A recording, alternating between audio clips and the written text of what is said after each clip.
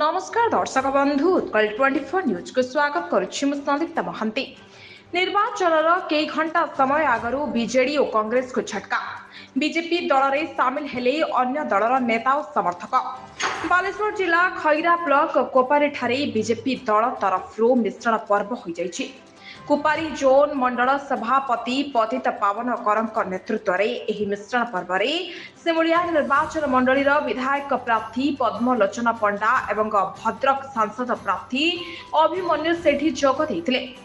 एथिरे डुंगुरा सरपंच प्रकाश कुमार लेंका और पूर्वतन सरपंच शंकरषण माझी, गोलीहा सरपंच पुष्पलता घड़ई स्वामी रमेश कुमार घड़ई, बड़जयपुर पंचायत युव सभापति अक्षय बेहरा, पूर्वतन खैरा ब्लॉक उपाध्यक्ष जयंत कुमार राउत, 3 नंबर जोन पूर्वतन जिला परिषद सदस्य कल्पना नाइक, गोहिला पंचायत सभापति प्रदीप कुमार सामल, 4 नंबर जोन जिला परिषद सदस्य स्वामी शशांक शेखर महापात्र, गड़ पोखरी पंचायत समिति सभ्य प्रार्थी रविंद्र जेना और युव सभापति राजकिशोर त्रिपाठी, कुपारी पंचायत पूर्वतन सरपंच भव ज्योत्ना नायक, पूर्वतन समिति सभ्या सुनीता साहू एवं वरिष्ठ कर्मी भगवान साहू बीजेपी दल तथा देशर प्रधानमंत्री नरेंद्र मोदी नीति आदर्श अनुप्राणित होई बिजु जनता दल और अन्य दल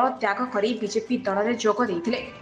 सांसद प्रार्थी अभिमन्यु सेठी एवं विधायक प्रार्थी पद्मलोचन पंडा सेमानकु दलीय उत्तरीय टोपी और पुष्पगुच्छ दे स्वागत करथिले। बीजेडी दल भली बीजेपी दल को मजबूत करी गढ़ी तोलिबा पाई दृढ़ोक्ति प्रकाश करिसंती मिश्रणकारी माने।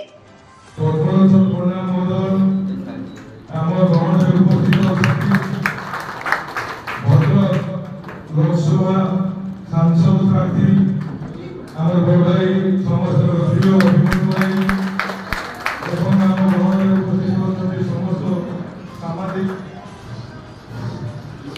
बंधु इलेक्ट्रॉनिक मीडिया एवं प्रिंट मीडिया बंधुगण एवं समस्त भारतीय जनता पार्टी कार्यकर्ता बंधु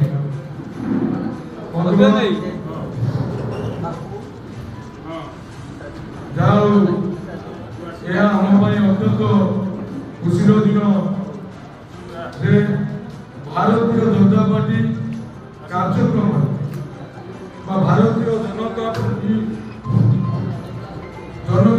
कार्यक्रम आमर यशस्वी प्रधानमंत्री नरेंद्र मोदी को आदर्श अनुप्राणित आज बिजु जनता दल वयोज्येष्ठ कर्मी एवं निर्वाचित प्रतिनिधि माने आम ग्रहण में सामिल होगा आसी सर्वप्रथम मु भारतीय जनता पार्टी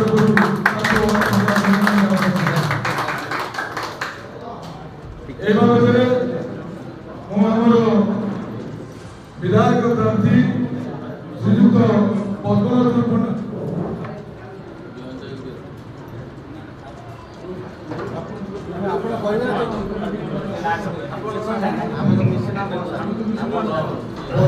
अनुरोध करुछि से आम दल में मिसबे कि प्रकार प्रतिश्रुति देवे एवं केमी चल से बाबद समस्त विवरण प्रदान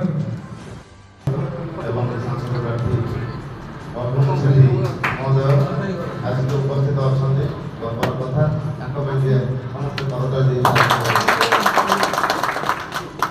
विगत 10 वर्ष हम 2 दिन पर आम विजु जनता दल निर्वाचित हो 10 वर्ष विजु जनता दल रही निज 100% पारिश्रमिक एवं निज व्यक्तिगत खर्च साहय कर दल को आम बढ़ी दुखर अनुताप विषय विगत पाखापाखि मास दल जी आमर विधायक प्रार्थी मुख्यमंत्री जहाँ देते सी आज्ञा विदेश को बाटे बाबा सी आम निर्वाचन मंडल कर्मी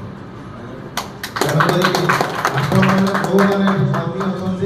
बहुत थे कौन जाइए समस्त व्यक्तिगत भाव अनुरोध करी आप 10 वर्ष है मुझे स्तर में कम करे कौ रेट्रे कम करे आप भलसे जानते जो बीजेपी कर्मी मैंने जो जी अच्छा आपण मानक बर्तमान अनुरोध करी से मीटिंग छाड़ती ଆପଣ ଗାଁକୁ ଯାଆନ୍ତୁ, ତାଙ୍କୁ ପଚାରନ୍ତୁ ଆପଣଙ୍କ ଶିମୁଳିଆ ବାସଭବନ, ଭଦ୍ରକ ବାସଭବନ ଦରକାର ନା ଭୁବନେଶ୍ୱର ହୋଟେଲ ଦରକାର, ତାଙ୍କୁ ପଚାରିବେ।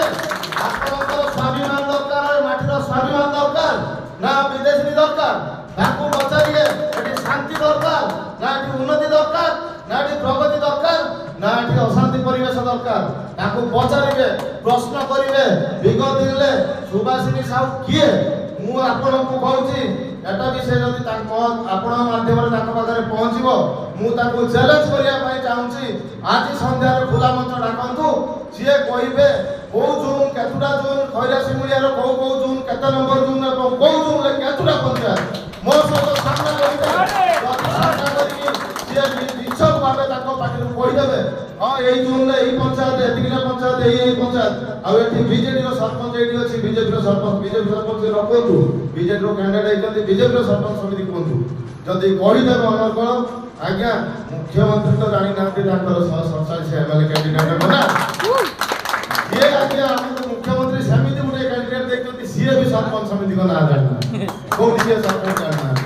ଆଜ୍ଞା ଆଉ ଗୋଟିଏ କଥା କହିବି, ଆପଣଙ୍କ ମାଧ୍ୟମରେ ମୁଁ ଦେଖିଥିଲି ସୋସିଆଲ ମିଡିଆରେ, ବସୁଧୈବ କୁଟୁମ୍ବକମ୍ ମାନ୍ୟବର ମୁଖ୍ୟମନ୍ତ୍ରୀଙ୍କୁ କୁହାଯାଇଥିଲା କହିବା ପାଇଁ, ହୁଏତ ବସ୍ ଅଧିକାର କାରଣରୁ କହି ନପାରନ୍ତି, ଆପଣ ବି ତାକୁ ଦେଖାଇଥିଲେ ବସୁଧୈବ କୁଟୁ କୁଟୁ କୁଟୁ କେତେ ଥର କହିଲେ।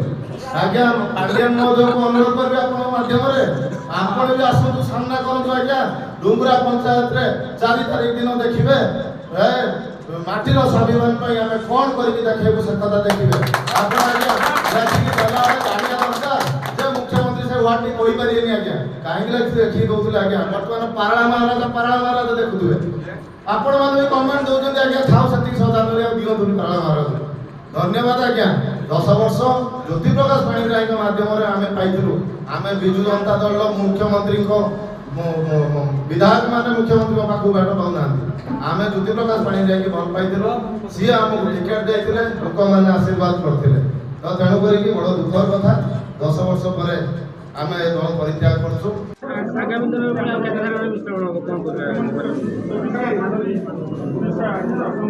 ଆପଣମାନେ ଜାଣିଥିବେ ବିଶ୍ୱ ଯୁବ ପୁରୁଷ